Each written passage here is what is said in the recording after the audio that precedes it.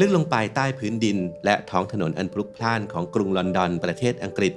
มีลำธารทางน้ำไหลหรือแม้แต่แม่น้ำรวมมากกว่า 25 สายซ่อนตัวอยู่และไหลคดเคี้ยวไปทั่วเมืองก่อนจะออกสู่แม่น้ำเทมส์แม่น้ำสายสำคัญที่หล่อเลี้ยงกรุงลอนดอนอย่างไรก็ตามเส้นทางน้ำบางสายสูญหายไป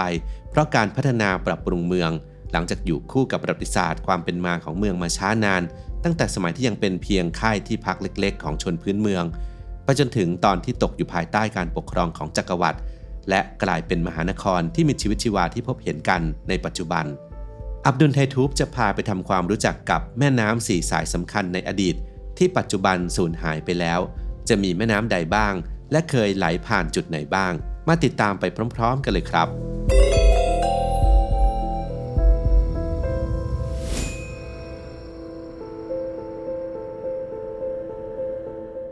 1. แม่น้ำไทเบิร์นแม่น้ำสายนี้นับเป็นทางน้ำใต้ดินที่มีชื่อเสียงที่สุดแห่งหนึ่งของลอนดอนโดยที่มาของชื่อแม่น้ำสายนี้ยังเป็นที่ถกเถียงกันมากมายทฤษฎีแรกสันนิษฐานว่าไทเบิร์นมาจากคำภาษาแซกซอนโบราณที่หมายถึงกระแสน้ำที่เป็นเส้นแบ่งเขตแดนซึ่งอาจจะหมายความว่าชาวลอนดอนในสมัยโบราณใช้แม่น้ำสายนี้เป็นเส้นแบ่งเขตแดนไปทั่วเมือง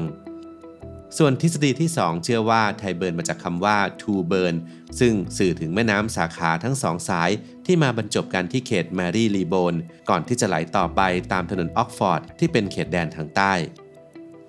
ตลอดความยาว 11 กิโลเมตรของแม่น้ำไทเบิร์นได้ไหลผ่านส่วนสำคัญของเมืองหลวงแห่งนี้และน่าจะเป็นแม่น้ำสายสำคัญที่หล่อเลี้ยงชีวิตของชาวลอนดอนในอดีตมาก่อนโดยมีต้นกำเนิดมาจากบ่อน้ำพุเชฟเฟิร์ดในแฮมสเตดฮีทสวนสาธารณะเก่าแก่ของกรุงลอนดอนที่เชื่อว่าเป็นแหล่งน้ำคุณภาพดีที่มีความบริสุทธิ์เกือบจะเทียบเท่ากับน้ำกลั่นจากนั้นก็ไหลคดเคี้ยวไปทางทิศใต้เส้นทางของแม่น้ำไทเบิร์นยังตัดผ่านสวนสาธารณะรีเจนต์สวนสาธารณะที่ใหญ่เป็นอันดับ 2 ใจกลางกรุงลอนดอนซึ่งครั้งหนึ่งนั้นเคยมีทะเลสาบที่ชาวลอนดอนเคยนิยมมาพายเรือกันเป็นจำนวนมาก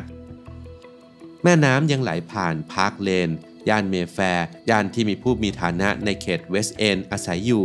และเป็นหนึ่งในย่านที่มีราคาที่ดินแพงที่สุดในลอนดอนและที่สุดในโลกแม่น้ำยังไหลผ่านใต้พระราชวังบักกิงแฮมสถานที่ประทับอย่างเป็นทางการของราชวงศ์อังกฤษอีกด้วยตรงจุดนี้เองที่แม่น้ำได้แยกออกทำให้เกิดเกาะกลางแม่น้ำชื่อเกาะทอนนี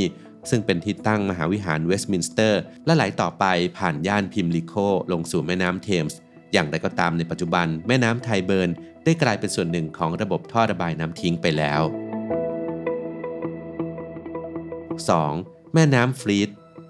สันนิษฐานว่าชื่อของแม่น้ำมาจากภาษาแองโกลแซกซอนที่แปลว่าช่องน้ำขึ้นน้ำลงแม่น้ำฟลีตเป็นแม่น้ำใต้ดินที่ใหญ่ที่สุดในลอนดอนเป็นทางน้ำที่มีส่วนสำคัญต่อการเจริญเติบโตของเมืองและยังเป็นที่มาของชื่อถนนฟลีตสตรีทที่พาดผ่านอยู่ด้านบนก่อนที่แม่น้ำฟลีตจะไหลมาบรรจบกับแม่น้ำเทมส์ที่นี่ยังเป็นที่ตั้งของโรงกักเก็บน้ำด้วยกังหันเพื่อควบคุมกระแสน้ำขึ้นน้ำลงที่เก่าแก่ที่สุดแห่งหนึ่งของโลกและในอดีตชาวแองโกลแซกซอนยังเคยใช้เป็นท่าเรือมาก่อนแม่น้ำฟลีตมีต้นกำเนิดจากบ่อน้ำแห่งหนึ่งในสวนสาธารณะแฮมสเตดฮีทไหลผ่านย่านคิงครอสย่านสมิธฟิลด์เซนต์พอลและไปรวมกับแม่น้ำเทมส์ที่สะพานแบล็กฟลายเออร์ส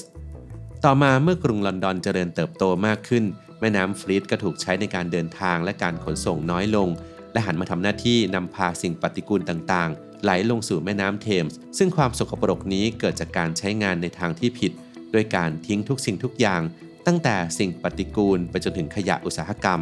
และแม้กระทั่งเศษอาหารที่เน่าเหม็นลงในแม่น้ำส่งผลให้แม่น้ำสายนี้มีชื่อเสียงในด้านกลิ่นเหม็นซึ่งคุณภาพน้ำที่ย่ำแย่นี้เลวร้ายมากจนถูกหยิบยกไปกล่าวถึงในวรรณกรรมในยุคนั้น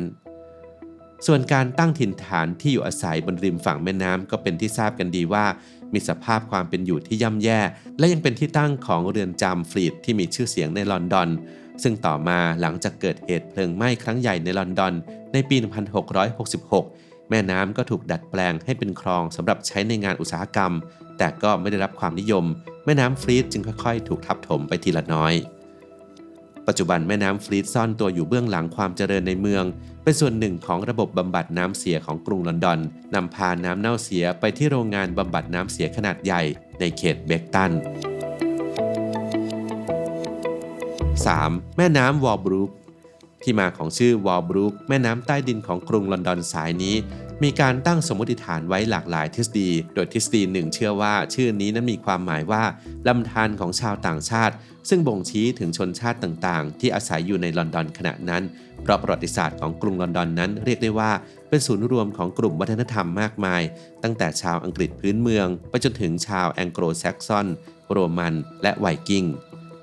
ส่วนอีกทฤษฎีหนึ่งเชื่อว่าชื่อวอลบรูคนั้นมาจากการที่แม่น้ำไหลผ่านใต้กำแพงลอนดอนหรือลอนดอนวอลกำแพงป้องกันเมืองที่สร้างโดยชาวโรมันแม่น้ำวอลบรูคมีต้นกำเนิดในย่านซอร์ดิสก่อนที่จะไหลลงสู่แม่น้ำเทมส์โดยระหว่างทางจะไหลผ่านบริเวณใต้ถนนลิเวอร์พูลกับถนนแคนนอนก่อนจะไปบรรจบกับแม่น้ำเทมส์ทางตะวันออกของสะพานซาววาร์กในอดีตแม่น้ำสายนี้เคยมีส่วนสำคัญต่อการพัฒนากรุงลอนดอนทำหน้าที่เป็นเส้นเขตแดนระหว่างการตั้งถิ่นฐานโบราณของเมืองคือระหว่างเนินเขาลัดเกตซึ่งเป็นที่ตั้งของอาสนวิหารเซนต์พอลทางตะวันตกกับเนินเขาคอนศูนย์กลางทางประวัติศาสตร์และการเงินของลอนดอนสมัยใหม่ทางตะวันออกต่อมาในค.ศ. 1838มีการค้นพบกะโหลกศีรษะมนุษย์มากกว่า300กะโหลกในแม่น้ำวอลบรูคแต่นี่ไม่ใช่การค้นพบครั้งแรกเพราะนักประวัติศาสตร์คนหนึ่งได้จดบันทึกไว้ตั้งแต่ช่วงปี 1136 ว่า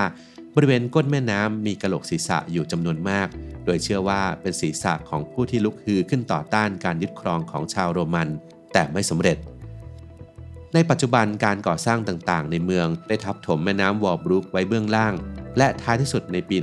1860 มีการเชื่อมโยงแม่น้ำเข้ากับเครือข่ายท่อน้ำทิ้งใหม่ความยาว 132 กิโลเมตรเพื่อระบายน้ำไปยังท่อระบายน้ำทิ้งบริเวณใกล้กับธนาคารแห่งชาติอังกฤษ 4. แม่น้ำเวสต์บอร์นเดิมทีแม่น้ำสายนี้เรียกขานกันว่าทรายบอนที่หมายถึงลำธารหลวงแต่ในเวลาเดียวกันแม่น้ำเวสต์บอร์นก็ยังมีชื่อเรียกที่แตกต่างกันออกไปมากมายตามแต่ละสถานที่ที่แม่น้ำไหลผ่านแม่น้ำเวสต์บอร์นเป็นแม่น้ำสาขาเล็กๆของแม่น้ำเทมส์ที่ไหลลงไปทางใต้ผ่านสวนแฮมสเตดฮีทกับสวนบรอนสเบอร์รีผ่านย่านคิวเบิร์นกับย่านเบลวอเตอร์ต่อไปยังทิศตะวันออกของทะเลสาบเซอร์เพนไทน์ในไฮพาร์คจากนั้นก็ผ่านใจกลางย่านเชลซีผ่านใจกลางสวนราเนลาดก่อนที่จะรวมกับระบบท่อระบายน้ำทิ้งเก่าแก่ของลอนดอนชั้นในทะเลสาบเซอร์เพนไทน์นั้นสร้างขึ้นด้วยการสร้างเขื่อนกั้นแม่น้ำเวสต์บอร์นกับแม่น้ำสาขาในปี 1730 แต่ต่อมาในปี 1834 ก็หยุดจ่ายน้ำให้กับทะเลสาบเซอร์เพนไทน์เนื่องจากแม่น้ำสายนี้กลายสภาพเป็นท่อระบายน้ำหลักที่เต็มไปด้วยมลพิษจากสิ่งปฏิกูลและน้ำเสียก่อให้เกิดผลเสียต่อแหล่งน้ำในอุทยานหลวงอันงดงามจนกระทั่งมีการสร้างระบบระบายน้ำผิวดินกำจัดน้ำฝนบริเวณต้นน้ำจึงมีการวางท่อลำเลียงน้ำใหม่ที่แล้วเสร็จในทศวรรษที่